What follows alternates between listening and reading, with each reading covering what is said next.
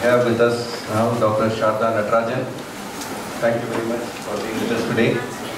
She is the president of RMCL, Ramana Maharshi Center for Learning, which was founded and started by Father late A.R. Natarajan. He was very devout and keen, many of us know, devotee of Bhagavan Ramana, and he's been actively involved with our Kendra too here.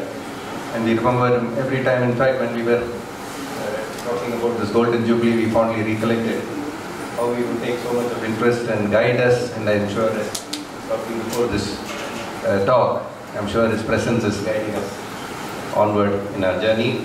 Dr. Sharda, a doctorate in English from Bangalore University. In fact, her thesis was the subject of concept of self, a study of comparative literature, very relevant to the subject that we are talking about now. Anyway, she is now fully involved and dedicated to propagate the Ramana way through RMCL. She's doing it very capably. She has also authored books focusing on Ramana's teachings, and of particular interest is her use of theatre. In fact, we've had the benefit of seeing that earlier in the Chinmaya auditorium a couple of years back, using theatre to spread Bhagavan's message through dance ballets. And I think she does this through the cultural wing of RMCL. That's a unique way of, I think, touching the hearts of the younger generation, and a very creative way of doing it. So we look forward to listening to her, gaining more insights on the spiritual path. Thank you. Over to you. हे अरुणाचल तुमको पाया अमर स्नेह साकार हे अरुणाचल तुमको पाया अमर स्नेह साकार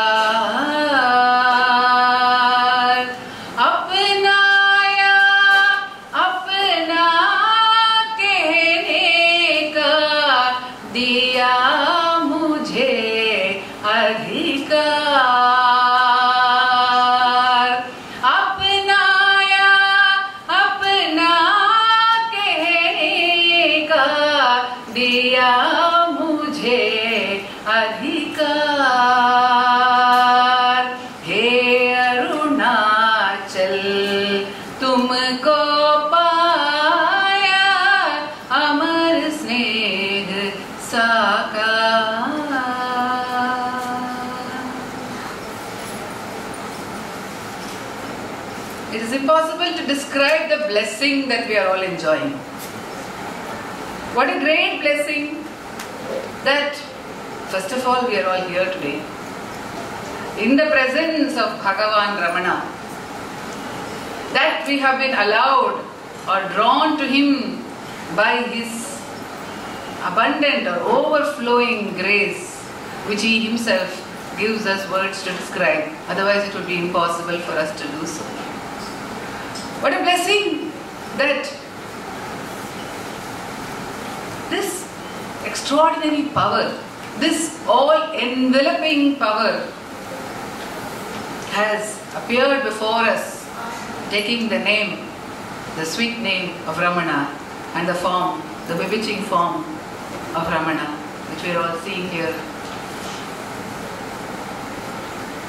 It would be impossible for us to describe the wonder of Ramana in our lives. To say who is Ramana or what is Ramana. And so graciously, he himself has made someone ask that question of him and answered for us. When somebody asked him, who are you, O Ramana? He says that Arunachala Ramana is that consciousness which sports in the hearts of all beings, beginning from Hari. It is that vast expanse, and if one is keen and with loving inquiry, if one enters the heart, then one can experience that expanse. And every moment of Bhagavan's life, every moment of his guidance in each of our lives is to draw us into that expanse, which is Ramana.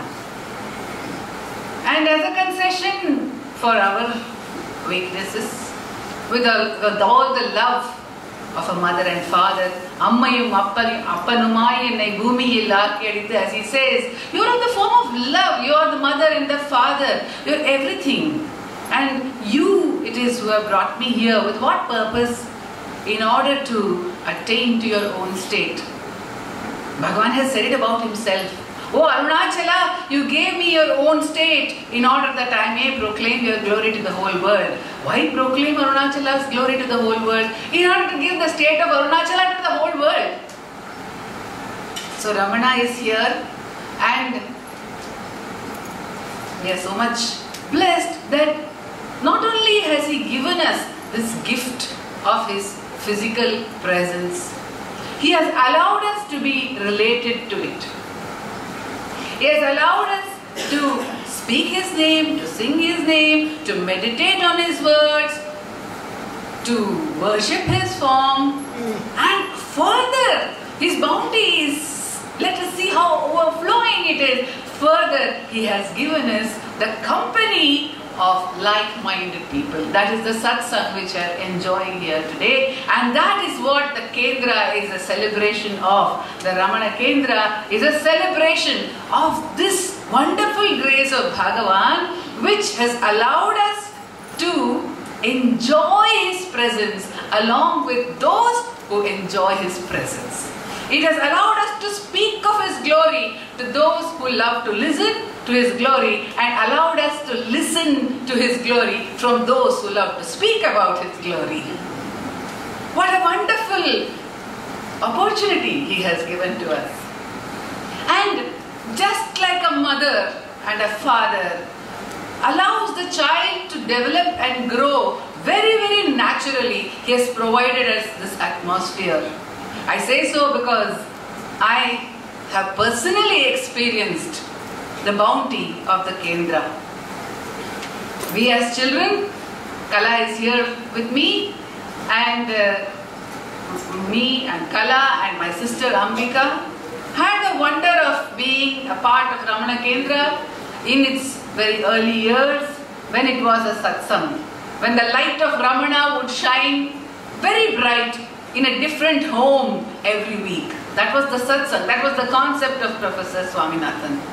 And so wonderful. It was such a celebration to have that satsang in one's home, and everybody would go there. For us as children, we would be playing outside, and when we would hear the Aksharamanamala start, that was the signal. Yes, now we are going to go in, and Nakarmana will be chanted, and Varga Swayam Prakasham will be sung, and we will get prasad.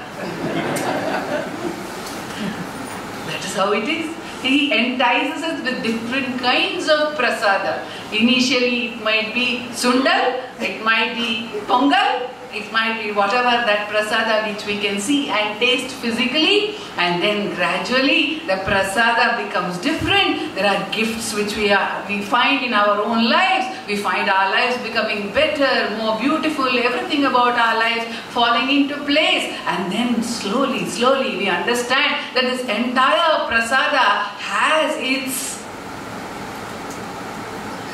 what can we say, its bounteous spring within us. That spring which is Vatra the Inbam, that which is never drying, that perennial spring of bliss within us, and gradually we understand that prasada, that grace of the presence within. And he is not in a hurry. He is very natural, because for him there is all space, there is all time, and he is ever available to every one of us. Therefore, there is no sense of anxiety that he needs to feel about our progress, and neither do we need to feel any sense of anxiety about our progress once we are related, once we have come to his fold. Has this happened by our volition? In my case, I can clearly say it did not happen by my volition, because I was brought before I knew about anything.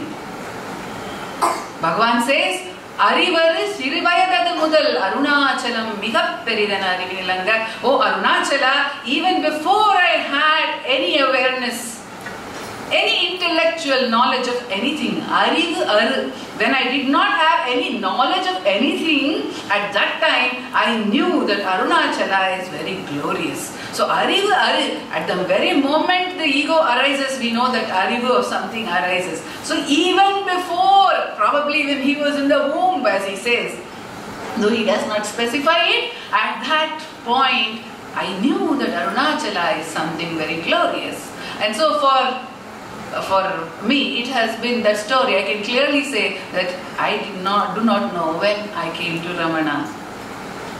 I cannot remember the day we first met, for I have known you, beloved Ramana, ever since I have been. That is apparent to me, but it is a true story for every one of us. None of us really know when we first connected to him, when we were first drawn to him. We may be able to put a date on it in this particular physical existence of ours, but that is not the date of the relationship with the Sadguru, because the Sadguru has been with us before we have been. And that is the extraordinary love with which he has brought us into his fold, into that presence, into a space where we can very naturally relate to him. To me, the Kendra, and especially the Delhi Kendra, is a mother, because this is where we started. It's a mother for everything that we are doing today. Even at Bangalore, say if we are singing, if there is Ramananjali, and we recently had 500 program of Ramananjali, the singing started in Ramana Kendra here. If we are doing puja to Bhagavan, if there is a temple there, this is the first temple of Bhagavan with which we were associated. All the activities which people are doing, in fact, I would say that I know there was a satsang during Bhagavan's time in Tesur. It was satsang by Akilandamma and Mastan Sahib. There was a satsang. But I think, I have not gone researched and found out, but I think Professor Mama's satsang was the seed of all satsangs, which started as Ramana Bhakta Sabha in Chennai and then continued, and today we have the Ramana Kendra here, we have the Ramana Kendra, the Ramana Maharshi Center for Learning in Bangalore, we have the Ramana Kendra in Madurai, where again now Guru Swami Mama, who was here in Delhi, he is there, and we have the Ramana Kendra in Chennai. So everybody has been, and if you find, everybody who's associated with the different Kendras have been associated sometime or the other in a very, very strong way, in a very intense way with the Delhi Kendra. We have here Ram. He's also very much part of the Delhi Kendra. He was actually in Chennai, but he came to the Delhi Kendra. He was part of the Delhi Kendra. So the Delhi Kendra is very, very powerful ground. It's a very powerful ground, and it's a great blessing given to all of us. Neeraj told me, don't talk about the Kendra, talk about Bhagavan's teachings. I said the two are not different. The Kendra and Bhagavan's teachings are not different. Whatever Bhagavan has given us, it has a great significance. It cannot be without that. Without his Ajna, things cannot happen. So if this Kendra has come about, what a wonderful thing. And we talk about the four paths, we talk about the Karma Marga. Here is an opportunity for us to serve. Very naturally, without even the sense that we are pursuing any Karma Marga. If we look back at the early years of the Delhi Kendra, how much during the building of these spaces, how much of activity would go on, and with such great joy that activity would go on. Day and night, there was a MS Subbalakshmi concert, there was a Yamini Krishnamurti concert, all that fundraising and all that before, and then there were the plans drawn up, and then there was the souvenirs brought out, and all that activity with so much of joy. Everybody was feeling great event in our lives. The birth of the Kendra, the great event. So what is that? He allows us to do his work, and without any thought that we are doing his work, but just in the joy of togetherness. And there is bhakti because there is the rasana, there is the love which is of togetherness with all people who are loving His presence, being in that presence. And this is the great advantage which we get by coming here, the center. You see, even in a river, the Ganga is, can you say, Ganga is sacred or pure in one part of her and not in another part of her. That's not the truth. But there are the ghats, the sacred ghats. Why are they the sacred ghats? Why are they temples for the supreme truth, which is all pervading? Because there is an energy in that space where everybody comes together. And in that energy, everybody with that single-minded thought comes. And when we come to that space, it is much easier for us to get that support. It has been recorded that Kunju Swami, when he came to Bhagavan's presence, being that great Advaitin that he was, and I think must have been from his very birth in that state only almost, when he came to Bhagavan, immediately he could experience the fullness of that state. And then he left and went away.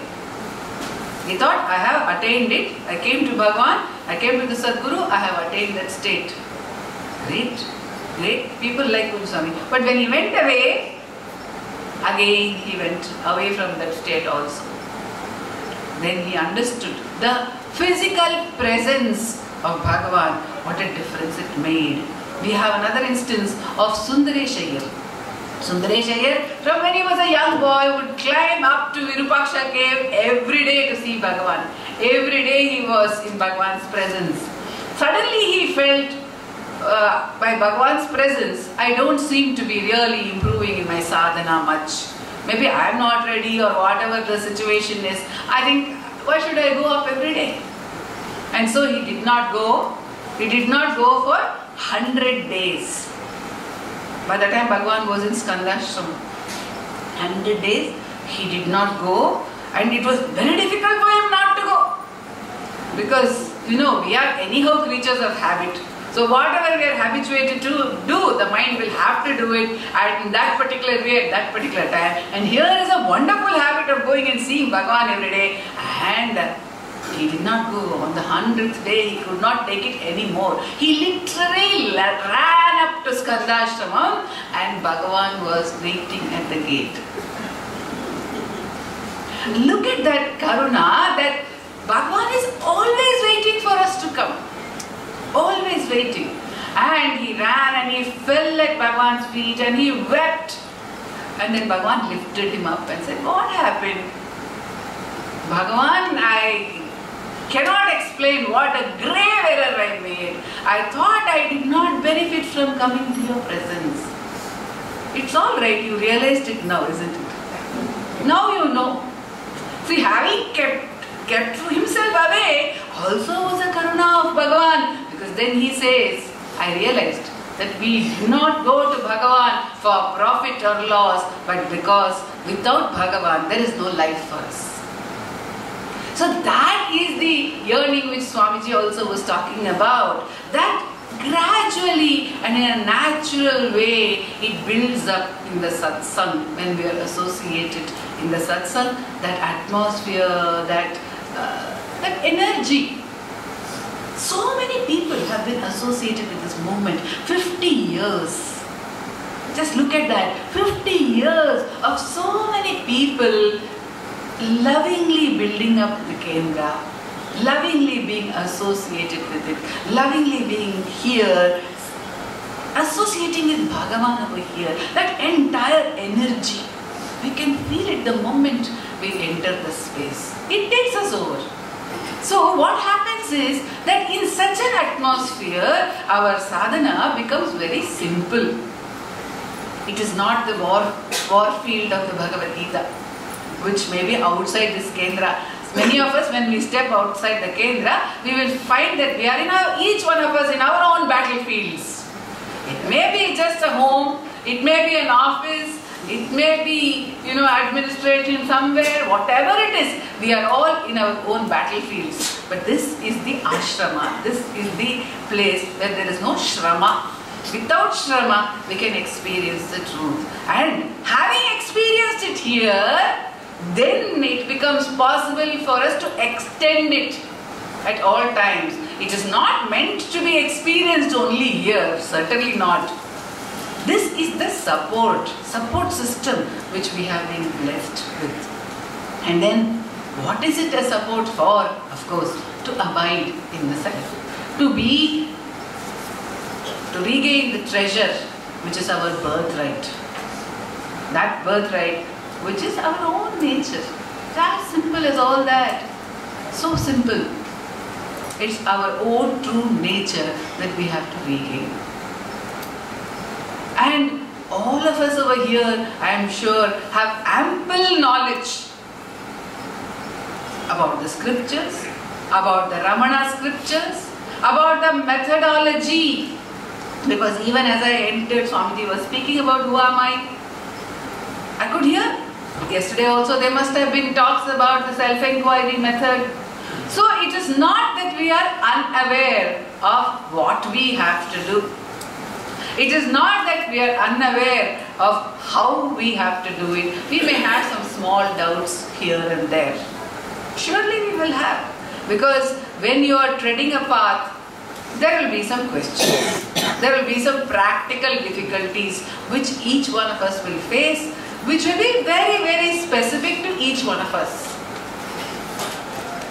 And which have to be answered by Ramana Sadguru and will be answered by Ramana Sadguru at the right time, in the right way, from within and from without. That there is no doubt about it. We are not in ordinary hands. We are in the hands of Ramana Sadguru. So what is it that we gather together for? Maybe to get some clarifications about what we have to do, which, as I said, the path of self-inquiry is very, very simple. It is based on a doubt about our own true nature. It is the question, if you take it to be the question, who am I? A question, who am I, can arise only when I believe that I do not know myself. If I know myself, I am not going to be asking who am I. If I believe I know myself and I ask who am I will be cheating somebody, myself first. So, it's only when I have a doubt about my true nature that I will get into self-inquiry. And if I have a doubt about my true nature, then actually I cannot be doing anything other than self-inquiry. If I have a doubt about my own true nature, how can I be doing anything else? Whatever I do will be what Sharada wants to do or needs to do. And if I believe that I am not Sharada in the first place and I don't even know who I am, how can I be propelled by what Sharada wants to do or needs to do? So the whole sadhana is actually only to build up this intense sense of doubt within us about our own true nature. It is because we are habituated to believing that we know ourselves, and we are not also totally wrong, because you cannot inquire into something which is completely unknown. The beauty of this is that it is known and unknown. It is like seeing a movie where there is darkness and there is light. If we are in a cinema theatre where it is totally dark, we will not be able to see the movie, and if there is total light, we will not see any movie, we will see only the screen. But we are in the mid stage where there is there's darkness and there's this little bit of light which comes from the projector and which is able to project this entire world picture before us, which is what we call the mind, which Bhagavan says in Ashtakam, no? He says it's a world picture which we see outside, and it's the shadowy world picture which we see within us, and this world picture is there, and therefore we are in doubt and we are not in doubt. And the whole sadhana is to intensify our doubt to a point when we completely doubt, when that who am I question becomes an intense question for us, then no other thought can arise. When I do not know who I am, for whom is the thought going to be? Or about what am I going to be able to think? And when that happens, automatically the silence alone will prevail. Until then, the process is repeated. Bhagavan says, repeat the process out of concession for us. The moment I start imagining that I am Sharada, again I am to reinforce the sense of doubt by asking myself, for whom is this need to think? For whom is this thought? For whom is this movement? This movement is for me. But then I don't know who I am. Who am I? And there the thought, everything else comes to a standstill. By the force of habit, another movement starts. Another movement. The same method is applied. That's all it is, until there is no need further to move. And all other things that we do, like I said, the satsang, the atmosphere, the listening to the talks about the Atma Vichara, about Atma Jnana, the reading of Bhagavan's words, the music, the dance, whatever is conducive to our own nature, which Bhagavan blesses us with as aids to the sadhana, all that will reinforce. What will it reinforce? It will reinforce the futility of movement of the mind. The absolute and utter futility of the movement of the mind, because there is nothing in it. It is just purely chattering with itself. Every thought, every experience for us is just a pure mental chatter. It is not adding any value to anyone or anything in this world. I see this, I say, oh, this is a mic. Does this mic ask me to corroborate that it's a mic? It never asked me.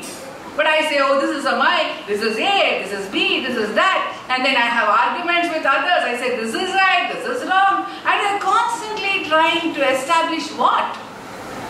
This does not make the sun rise. It does not make the world go round. It doesn't make anything happen. It is just a pure, meaningless activity, because the mind thinks that without it, it will be finished, which it will be. But it thinks that by being finished, it will be unhappy, which it will not. And therefore, the other sustenance that when we see, when we talk to other devotees, when we read about Bhagavan's life, we see what is this bliss that he is living in. That kutuhala comes in as that eagerness. What a wonderful state it is. What a wonderful state when we see Bhagavan. And the Kendra has been for me, and I'm sure for everybody, an opportunity to come to know about Bhagavan. We have heard about Bhagavan from Subbaya Mama, from Professor Swaminathan, and then we have seen the Nishtha of Mahalinga Mama, who is here with us today, every week at that right moment to come there to do that puja. That's it. It's such a simple offering to Bhagavan, that Nishtha. With each one, each input, when we are with devotees, we see many beautiful things.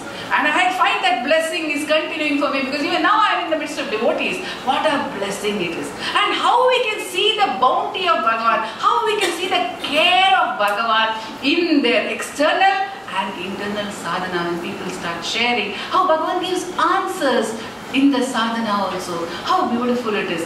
This is the reinforcement which we get. And I'm sure each one of us, if we will have, we can write pages and talk hours about the bounty of Bhagavan in our turning back to Him.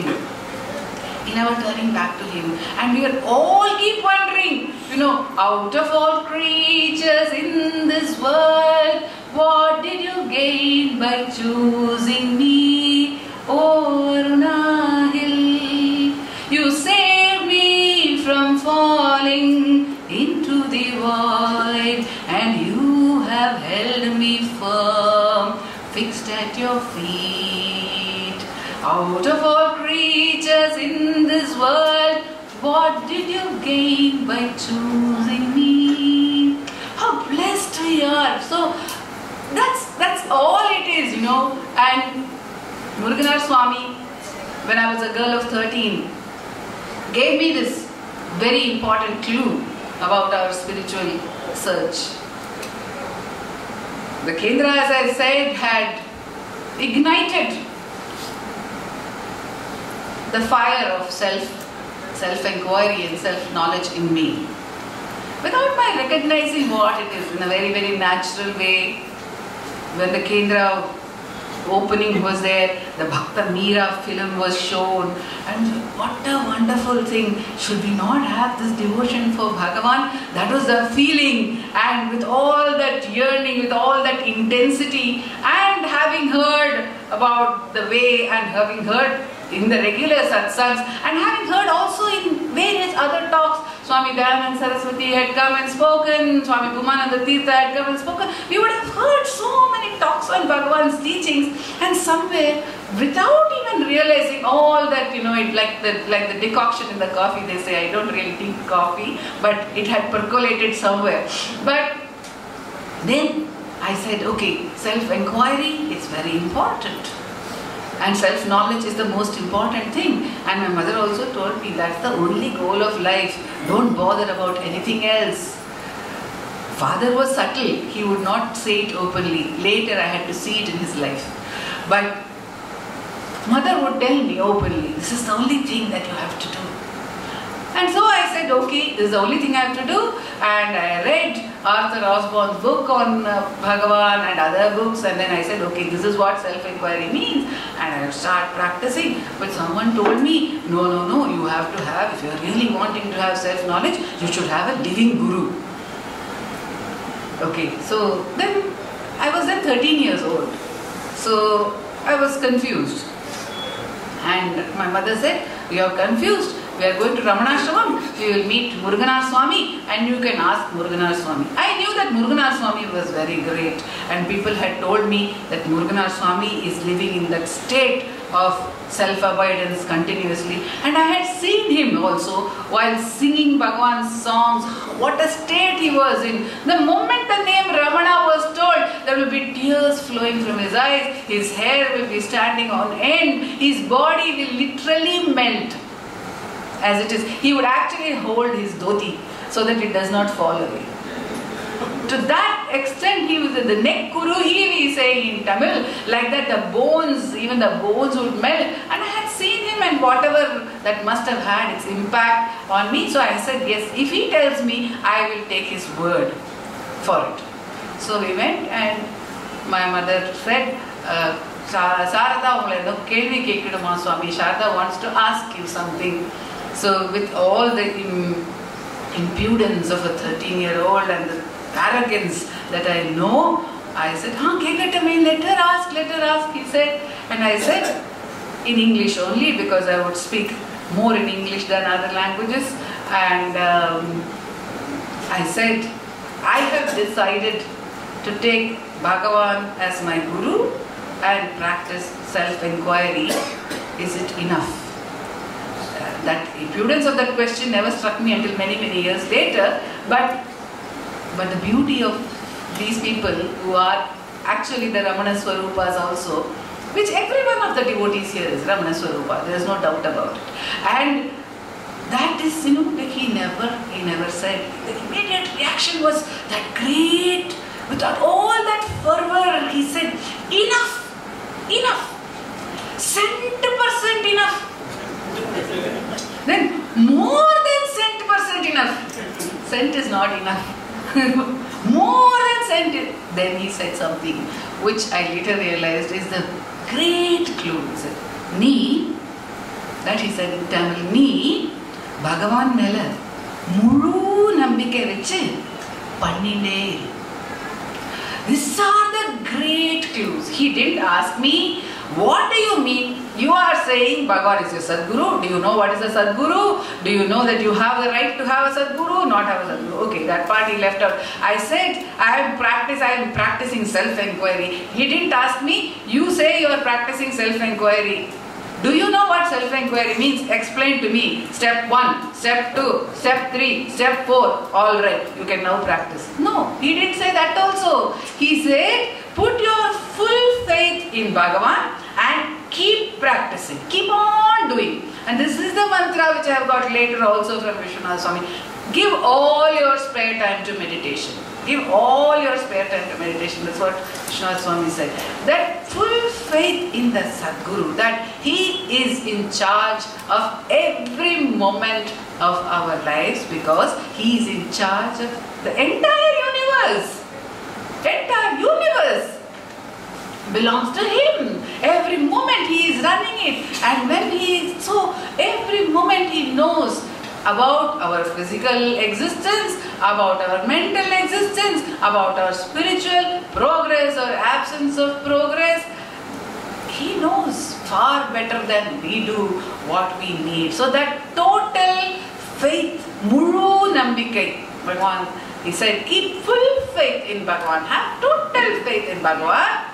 But having total faith in Bhagavan, don't say, I have total faith in Bhagavan. If he makes me do sadhana, I will do. Otherwise, I will sleep. I will do something else. I will go to the movies. I will go to the club. I will do ABCD. No. Pannindeir. So, keep at the sadhana according to the light given at that moment. Keep on doing, keep on trying according to the light given at that moment. If one does, then what I call self-inquiry that day is very different from what I may call self-inquiry today. And I do not know whether day after tomorrow I will be calling it something different.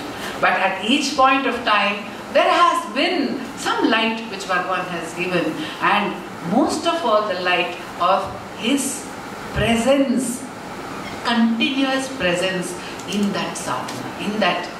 And gradually that deepens. I think that is the greatest blessing. The awareness that he is there, that he is there. And he alone is there. As Swamiji said, that will also happen one day. He alone is there. Right now, he is there for me, he is there for everybody, he is there, he guides each and every, otherwise, he is the self. So, he has to draw the attention within. And he does it the moment we make an effort to even try. Bhagavan says, even one single thought, if you try to turn it within, if you try to ask, for whom is this thought? Who am I? If you ask even once, it has a great impact. Because what happens when the mind goes externally, so much of result orientation happens. It creates karma, as Bhagavan has said in Upadesha Saram, Kriti Mahodadau Patana Karanam. If you act, it is going to lead to further and further and further action. It cannot, see, if somebody gets angry with me or scolds me and I feel hurt, my sense of hurt will have a repercussion on that person. Because that person has hurt me, karma has to have its fruit. So I have felt hurt, and that will have a repercussion on that person. So that person will have to get hurt by somebody at some point of time. Then there will be a person who is hurting that person. That person will have to get hurt by somebody at some point of time. Look at the chain that we are creating by one reaction of ours. And if I do not get hurt, look at the chain that one is cutting off. If I do not think, if I do not create one fruit, I am cutting off millions of fruits. Therefore, Bhagavan says, every effort you make, every thought that you take back to its source is a great yajna. It's the greatest yajna that one is doing. And this Shakti, this Ramana Shakti allows us to do this great yajna. And as I said, it's been a great blessing to be here. It's in every way, every time I come to Ramana Kendra, I do feel rejuvenated. Though Bhagavan has given us an equally very, very alive and vibrant center over there in Bangalore, and it is really beautiful. I tell you, the company of the devotees, it's amazing. It's absolutely amazing. Each one, we may not even talk about Bhagavan, but just people talking about their lives, anything, we will find from moment to moment that Ramana Lahari expressing itself when we are with devotees and in that atmosphere of Ramana, which he has blessed us all with. I do hope that Bhagavan knows the right time to draw in more and more people into his presence. And as I said in the very beginning, there is nobody outside his presence. So there cannot be any anxiety for him to draw in more people. But we have our little attachments. We love to see more people coming to the Kendra. We love to see people gathering at his feet. It gives us a lot of joy. Anybody who is here will of course feel very enthused. So it's so nice that so many people have gathered today. But this should be not just today. I hope that this Golden Jubilee celebration will be a turning point when more and more people will start coming in on a regular basis into the Kendra and sharing the Ramana Lahari. And it is not necessary that one should have great speakers. It is not necessary that even sharing devotees' experiences every week. We find in Bangalore we do that. We ask little ones also to speak sometimes. Yeah, they may be a dancer, but they'll speak, and what beautiful tattvas they come up with. Recently we celebrated Father's Day, and we said that all the dancers, the young dancers, would pay a tribute to Sundaram Iyer, Bhagwan's father, and also pay a tribute to their own father. So one young boy, he came up with this. He said, I am today paying a tribute to my father, who is equivalent to Sundaram Iyer. So I am having, because I am paying tribute to him on Sundaram Iyer's day. So what a great thing has happened to me. Today I have become Ramana. He said it was such a moving moment. He said, if my father is Sundaram Iyer, today I have become Ramana. It's a wonderful experience for me. And he said it with tears in his eyes. So what all we learn from moment to moment with being in the presence of devotees is really amazing. I pray to Bhagavan that this will continue. It has to, of course. But as I said, with our little attachments, we have this prayer that this great movement, the Ramana movement, which is bound to flood the entire world and is in its time. Because, when the Ganga came down, they said Shiva held the Ganga in his matted locks, because the Ganga might otherwise destroy the world. So you see what happened when Bhagavan is a 16-year-old boy, he arrived at Arunachala. And why did he arrive there? Because there was to be this Ganga of Jnana which is going to flood the world. And he had his head shaven. He said, this need not be held in my locks. This can flood the world. This Jnana Ganga, let it flood the world. So he had his head shaven. He didn't hold her back. So this Jnana Ganga is available to all of us to bathe in. And I'm very thankful that Bhagavan has given me this opportunity to meditate on His wonderful grace. Om Namo Bhagavate Shri